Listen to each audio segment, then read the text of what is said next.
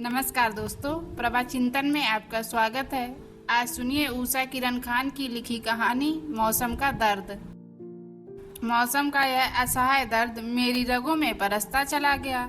यह दर्द यूं ही नहीं मेरे पीछे पड़ गया, इसे मैंने स्वयं ओढ़ लिया है।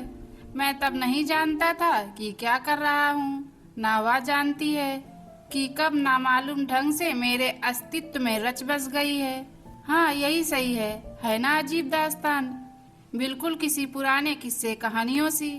वह है भी तो किस्से कहानियों की नायिका सी। पहली बार जब मैं ओवरसियर होकर उसके इलाके में गया तो मेरा मन शंकित था।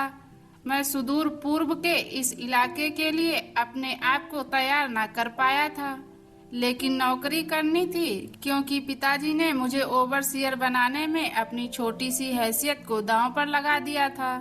माँ ने एक और नौकरी लग जाने की खुशी पर मिठाइयाँ बंटवाई थीं। दूसरी ओर आंसू भी बहाती रही थी। मुझे विदा करते हुए पिता चाचा हिदायतें देते नहीं थकते थे। देख बचवा, बिना मच्छरदानी के ना सोना, पिता थे। और नुनुआ पानी उबाल के पीना, चाचा थे। सुनने में आया है कि कोसी कछार की लड़कियां बड़ी सेक होती हैं, कहीं उधर ही उलझ मत जाना। हाँ, चाची का खिलखिलाता उपालंब था। जितना कुछ सुना था उससे अधिक भयावनी स्थिति का सामना करना पड़ा था। इंजीनियर के जिस ऑफिस में मुझे रिपोर्ट करना था वहाँ कोई सवारी नहीं जाती थी। नाव में बैठकर थोड़ी दूर पैदल चलकर मैं वहाँ पहुँचा तो शाम हो चुकी थी। मुझे पाकर इंजीनियर साहब के दफ्तर का चपरासी हैरान रह गया। उसने पूछा था, क्या आप सारा असबाब लेकर आए हैं सरकार? क्यों, यहीं रहना है तो? मैंने कहा था। बड़े आश्चर्य से देखता रहा। सामान रखो भाई, कहाँ रखा जाएगा? मेरे यह कहने पर उसके चेहरे पर और भी कई रंग आए, कई चले गए। हुजूर, यहाँ तो अभी क्वार्टर बनबे ना किया है। चलिए आपको मुखिया जी के दालान पर ले चलें। नहीं नहीं, ऐसे कैसे किसी के दरवाजे पर? मेरे शहरी व्यक्ति ने विरोध किया। तब सरकार यहीं एगो चौकी रखवा देते हैं, अकेलन है। दरबान ने रास्ता सुझाया। हाँ हाँ, यही करो, कहीं से चाय की व्यवस्था करवाओ। मैंने पास पड़ी कुर्सी खींच ली। रास्ते की भयानक थकान और ऊपर से है अव्यवस्था मन ही मन झल्ला रहा था। दालान के आसपास ग्रामीणों की भीड़ लग आई थी। उसने उन्हें भगाया और व्यवस्था में लग गया। महेश्वर सुन, मैंने आंखें खोली। अंधेरा घिर आया था। कुर्सी पर बैठे बैठे मैं झपकियां ले रहा था। मच्छर घनर घनर कर चारों ओर मंडरा रहे थे। पास ही कहीं धूरा लगा दिया गया था, जिसका धुआं बादल की तरह वातावरण को लपेटे हुए था। एक केतली के शीशे के गिलास में चाय ढालकर खामोश खड़ी एक लड़की थी। अंधेरे के कारण उसकी आकृति स्पष्ट नहीं थी, वह भी धुआं धुआं सी लग रही थी। मैंने चुपचाप चाय का एक गिलास उठा लिया था। चाय जब तक पीता रहा वह निशब्द खड़ी रही। जैसे ही चाय खत्म कर गिलास नीचे रखा, वह पुनः उसे भरने को आगे आ गई। अरे अरे, क्या करती हो? चाय और नहीं लूंगा, मैंने कहा और जेब से एक का नोट निकालकर उसकी ओर बढ़ाया और पुनः कहा, तुम अपने पैसे काट लेना, मेरे पास छुट्टे नहीं है। धत, उसने कहा और गिलास उठा तेजी से एक ओर चली गई। मैंने तब समझा था कि वो चाय की दुकान चलाती है। फिर सोचने लगा, शायद यह दुकान वाले की लड़की है, पैसे इसका बाप ही लेगा। दिशा फरागत हो लीजिए सरकार, तब स्नान कर लीजिएगा। दरबान पुनः आकर मेरी तंद्रा भंग कर गया। नहा धोकर जब तक मैं आया मेरा सामान करीने से सजा दिया गया था। कमरे के आधे भाग को मेरा सामान घेरे हुए था। एक बड़ी सी चौकी पर मेरा बिस्तर लगा दिया गया था। मच्छरदानी बांस की बत्तियों के सहारे लटका दी गई थी। एक और ईंटों की कतार थी जिसके ऊपर तख्ते डालकर मेरी अटैची और बक्से रख दिए गए थे। कमरे के कोने में एक नया चमचमाता हुआ लालटेन जल रहा था। अपनी नई आवास व्यवस्था को देखकर मैं विचित्र अनुभव कर रहा था। तभी दरबान लोटे में पानी लेकर आ गया। चमचमाता हुआ फूल सा बड़ा लोटा और फूल का ही एक गिलास लाकर उसने एक मेज पर रख दिया, जिसे ऑफिस की ओर से लाया गया था। अड़हुल, आ यहाँ। रख हाकिम का खाना। पीछे मुड़कर आवाज दिया दरबान ने। वही शाम वाली लड़की थी। एक बड़ा सा थाल लेकर हाथों में थाल के ऊपर एक और थाल था। अरे बाप रे, इतना सब खाना कौन खाएगा। मैं भोजन के विविध प्रकार देख बिना बोले ना रह सका। थाल के बीचों बीच स्तूपाकार भात का ढेर, एक बड़े से कटोरे में दाल, दूसरे उतने ही बड़े कटोरे में बड़ियां, 2-3 रसेदार सब्जियां, शीशे की गहरी प्लेटों में कई प्रकार की भुनी और तली हुई भोज सामग्री जिन्हें याद रखना भी नामुमकिन है, सब था। अरे यह क्या, मुझे अकेले खाना है। मैं घबरा गया था। शायद मेरी मुद्रा कुछ हास्यास्पद हो गई होगी। तभी वह लड़की मुंह फेर कर मुस्कुराने लगी थी। मैं थोड़ा संभल गया। दूसरी थाली में मैंने अपने खाने योग्य सामग्री निकाली और खाने लगा। जितना मैंने निकाला था वह भी शुद्ध घी के प्रचुर प्रयोग के कारण काफी गरिष्ठ था। बड़ी कठिनाई से खा सका। जैसे ही उठने लगा, वह लड़की ने एक और कटोरा आगे कर दिया। मलाईदार दही का कटोरा देख कोई अपने को रोक सकता हो तो रोक ले। मैं उसका खास दीवाना हूँ, लेकिन मात्रा देख मैं भी डर गया। उसमें से थोड़ा लेकर खा लिया और उठ गया। दरबान गाल पर हाथ धरे बैठा अचरज से मेरी ओर देख रहा था। हाकिम कहाँ कुछ खाए, उसने कहा। और कितना खाता मैं, इतना इतना अगर परोसेगी यह लड़की तो गई उसकी दुकानदारी। मैंने किंचित हास्य से कहा। कैसी दुकानदारी मालिक। दरबान चकित था। तो यह भोजन का थाल कहाँ से आया। अब अचरज की मेरी बारी थी। सरकार मुखिया जी के यहाँ से। आप वहाँ नहीं गए तो खाना यहीं भेज दिया। वे अपने ही आते हुजूर, लेकिन उनके समधी आए हुए हैं। यही से ना 56 प्रकार का भोजन बना है। दरबान ने समझाया। पहले ही दिन इस स्थान का ऐसा सुभोजन हुआ, यह मेरे लिए हर्ष का विषय होना चाहिए था। लेकिन मैं अपने कोड ऑफ कंडक्ट को कैसे भूल जाता। तुरंत दरबान को आड़े हाथों लिया। सरकार, तो यहाँ कोई होटल पोटल थोड़ो। दरबान ने अपनी असमर्थता जाहिर की। और सरकार, बड़ा साहब भी यहाँ आते हैं तो उन्हीं के यहाँ खाते पीते हैं। ठीक है, लेकिन मैं ऐसा कैसे करूँ। कोई 2-4 दिनों के लिए तो नहीं आया हूँ। कल से कुछ व्यवस्था करनी पड़ेगी। जी मालिक, मुद्दा जब तक कोनो इंतजाम नहीं होता है वहीं खाना होगा, नहीं तो मुखिया जी को दुख होगा। गहरी थकान के कारण रात कैसे बीती जान भी ना पाया। सूर्योदय अब तक हुआ नहीं था। चांद झाड़ियों में फंसे खरगोश की तरह अटका हुआ था। सारा वातावरण कपूरी आभा से दीप्त था। चिड़ियों का कलरव इतने पास से कभी नहीं सुना था। उठकर बरामदे में खड़ा ही हुआ था कि चाय का गिलास पकड़े दरबान हाजिर हो गया। सारा गांव जगकर अपना काम कर रहा था। यह सब मेरे लिए अद्भुत था। चाय का गिलास हाथ में थामे हुए पीछे से जो व्यक्ति आए वे ही मुखिया जी थे। गोरे चिट्ठे मुखिया जी बड़े भव्य लग रहे थे। उन्होंने आग्रह किया कि भले ही मैं उनके घर में ना रहूं, खाना उन्हीं के घर का खाऊं। मैंने चुपचाप मान लिया और कोई दूसरा उपाय भी तो ना था। दिन के 12 बजे इंजीनियर साहब जीप पर बैठकर आए। वे बड़े ही सहृदय लगे। मुझे मेरा काम समझाया। शीघ्र क्वार्टर तैयार करवाने को कहा, जिसके बाद वे उस स्थान पर रहकर बांध का काम देख सकते थे। जाते जाते मुझसे पूछते गए कि मुझे किसी वस्तु की आवश्यकता हो तो निसंकोच बता दूं, वे शहर से लेते आएंगे। मैं उनकी दयांतांद्री पर निछावर हो रहा था और वे मेरे वही रहने के राहत बोध से सुलभ थे। उस दिन साइड पर खड़े होकर निरीक्षण करते कब सांझ उतर आई मैंने ना जाना। सूरज ने मानो प्रकृति के आलते की शीशे उड़ेल दी थी। लाली ढरक गई थी। पटेर के झुंझ से कई बालाएं माथे पर उसके फूल का बोझ लिए निकल रही थी। सांवली चिकनी देहें, एक वस्त्र, सिर्फ साड़ी से सुडौल, शरीर का उभार बलपूर्वक छुपाए हुए।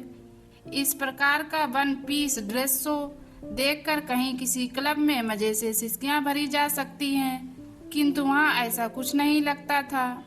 राजा बेटा हंस ले, हम मुस्काए लिए हैं। मोने मोन जोड़ लह प्रीत, गीत की एक टहकार सुनाई पड़ी और उसके बाद संवेद खिलखिलाहट। ए निर्लज्जी, चुप गए देखत नहीं, किसी ने कहा और मुंह मानो बंद कर दिया।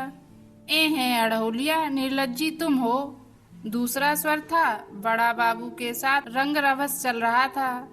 चुप रहे तू, करना जाके रंग रभस, वहाँ हवेली में काम करते करते कोड़ करेज टूटता है, यहाँ इनको रभस सूझता है, कहती हुई अड़हुल मारने दौड़ी। हंसी मजाक में बोझा गिर गया। मेरा मन कुछ कहने को कर रहा था कि तभी विवेक ने रोक दिया।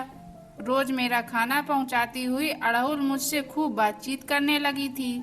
साइड पर वहाँ एक भी औरत काम नहीं करती थी, वे खेत में ही लगी रहती। किसी प्रकार का पर्दा या बनावटीपन नहीं था, सब कुछ उन्मुक्त। मुझे धीरे धीरे सब कुछ अच्छा लगने लगा। पसरी हुई बालू का राशि, छींड़ाधार कोसी, बबूल और झौए के वृक्ष, काले चिकने तरेसे हुए जिस्म वाले मुहासर तरुण तरुणाइयाँ, गोरे चमकते रंगों वाली गलौत कन्याएं। अपने पहले कार्यभार के कारण मैं सब कुछ सीख लेना चाहता था, सो इंजीनियर साहब के बार बार कहने पर भी शहर की ओर जाने से जी चुराता था। बहाने थे ही मेरे पास। मैं कहता, सर क्वार्टर जल्दी बना देना चाहता हूँ ताकि मेरा अकेलापन कटे, आप लोग आ जाएं। अरे यार, हम वहीं ठीक हैं, क्यों इस निपाट जंगल में फंसाते हो। इंजीनियर साहब खासे मिजाकिया थे। काम लगभग पूरा हो गया था। 16-17 जून का दिन रहा होगा। हमें अपने बाढ़ नियंत्रण कक्ष से सूचना मिली कि सारे मवेशी और लोग सुरक्षित स्थानों पर ले जाए जाएं। बाढ़ का भयानक रेला आ रहा है। बांध का काम उत्तर से हो चुका था, इसलिए सारी मशीनरी उधर ही रहती थी। मैंने मुखिया जी से कहा, वैसे कोई ऐसा ऊंचा स्थान तो था नहीं, फिर भी लोग पुराने तिलयुगा बांध के ऊपर आ गए थे। देखते ना देखते सारा इलाका जलमग्न हो गया था।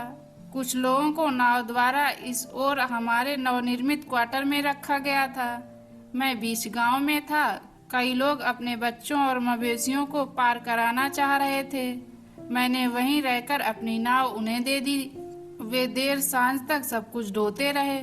मैं सामान और बच्चों को चढ़ाने में उनकी मदद करता रहा।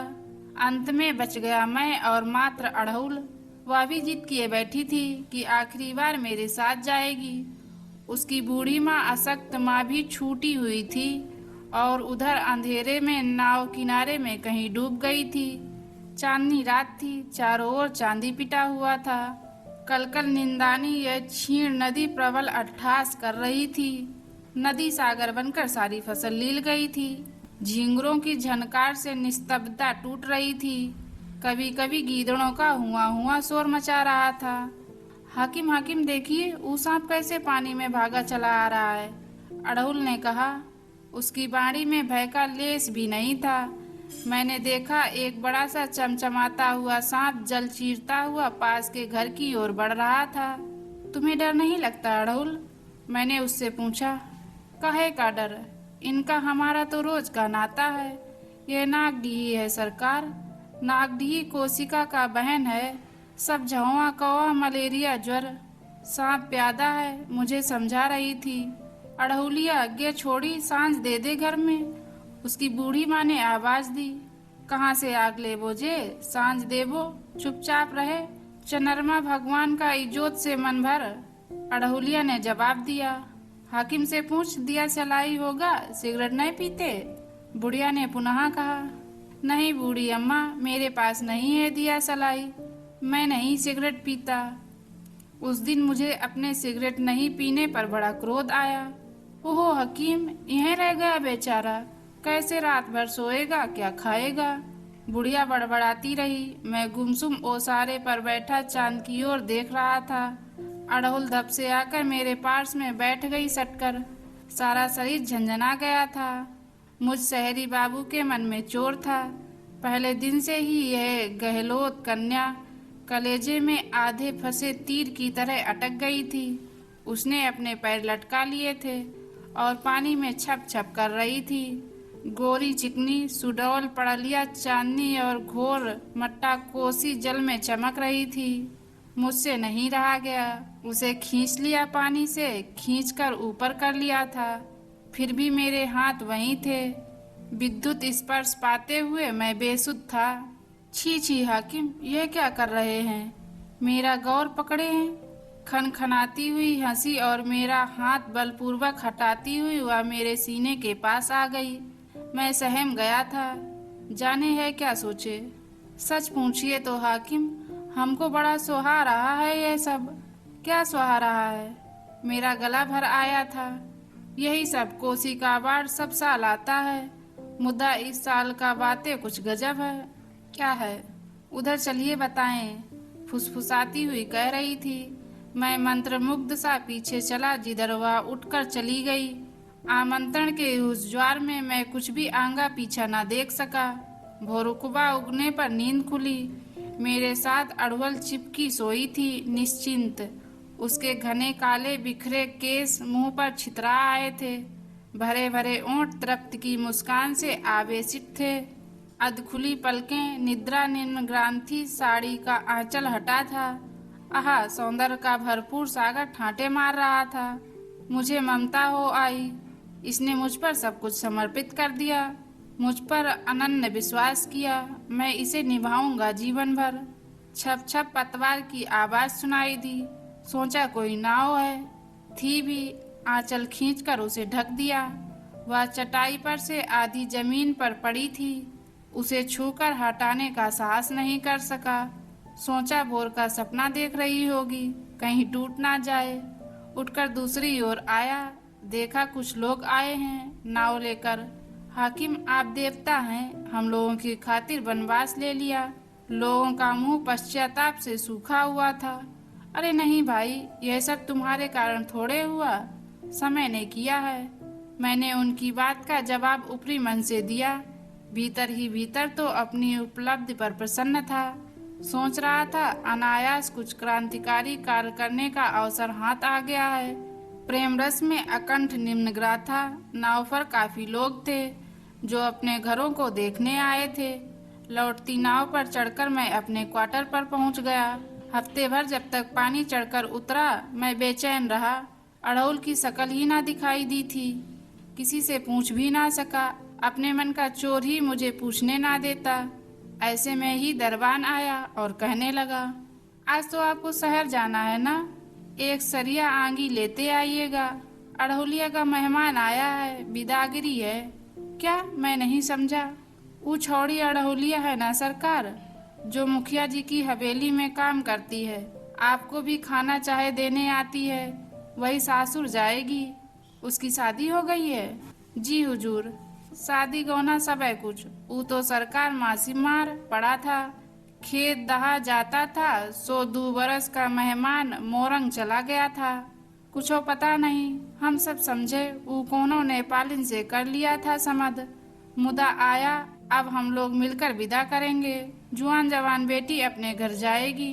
क्या वह जाएगी? मैं भीतर ही भीतर छटपटा रहा था, ऊपर से चुप था। नहीं, आज मैं नहीं जाऊंगा, किसी और से मंगवा लो। मैंने समय टालना चाहा, सोचा बस वह जबरदस्ती जा रही होगी। उपाय कुछ सूझ नहीं रहा था, कैसी परिस्थिति का सामना करूंगा कि वह आ गई। मेरी आशा के विपरीत वह आज अतिरिक्त खिली हुई थी। उसका रंग निखरा हुआ था, उछा समा नहीं रहा था। हाकिम, हम कल भोरे चले जाएंगे, आपसे मिलने आए हैं। कहाँ? बोल फूट नहीं रहे थे। अपने आदमी के साथ ससुराल। तुम्हें मैं याद नहीं आऊंगा? हाँ हाँ, आप हमारे गांव के लिए देवता हैं, आपको कौन भूलेगा। बस अड़हुल, मैंने तुम्हें लेकर कई सपने देख डाले, तुम्हारा शरीर छुआ, तुम्हें भोगा, यह सब भूल जाओगी। एक बार सोच लो, मैं तुम्हें अपनाना चाहता हूँ अड़हुल। मेरा अतिरिक्त भावुक स्वर वह अचरज से सुन रही थी। मेरी ओर ऐसे देख रही थी मानो मैं अजूबा हूँ। हाय हाकिम, आप हमें आजाद बाहर करवाइएगा। जब 2 साल की थी तभी ब्याह हुआ, गबना हुआ। मेरा कमहा मर्द है, उसे छोड़कर। नहीं नहीं, आप अपने जात की लड़की से शादी कर लीजिए। मैंने उसके पास आकर उसका हाथ पकड़ना चाहा, वह पीछे हट गई। क्या तुम सब भूल जाओगी जो उस रात? अरे हाँ हाँ, हाय राम, रहा चलत प्यास लगे, घाट बाट के कुएं से पी नहीं ले। आदमी पानी की घर आकर पानी पीने के सोच में हलकान होबे। रात का मौसम था, आग और खड़, एक ठया हुआ लेस दिया। जाइए बाबू, आप मर्द होकर तिरिया चरित दिखाते हैं, आशीर्वाद दीजिए। राजी खुशी जाएं। नीचे झुककर अपने आंचल से मेरा पैर छूकर आंखों से लगाया और चली गई। कोसी कछार की वह हिरनी अपने खुरों से मेरी छाती रौंदती हुई चली गई। मैं पराजित सा उसे देखता रह गया। तब से मैं इस मौसम का दर्द झेल रहा हूँ। वहाँ से इच्छा करके बदली करवाई। उसका तर्क दर्शन बार बार रामायण की चौपाई की तरह मन ही मन दोहराता हूँ। चांदनी रात को मौसम का दर्द तब भी पीछा नहीं छोड़ता।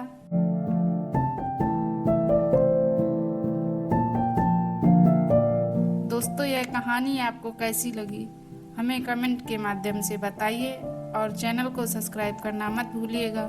मिलते हैं एक ऐसी ही कहानी में, तब तक के लिए जय हिंद।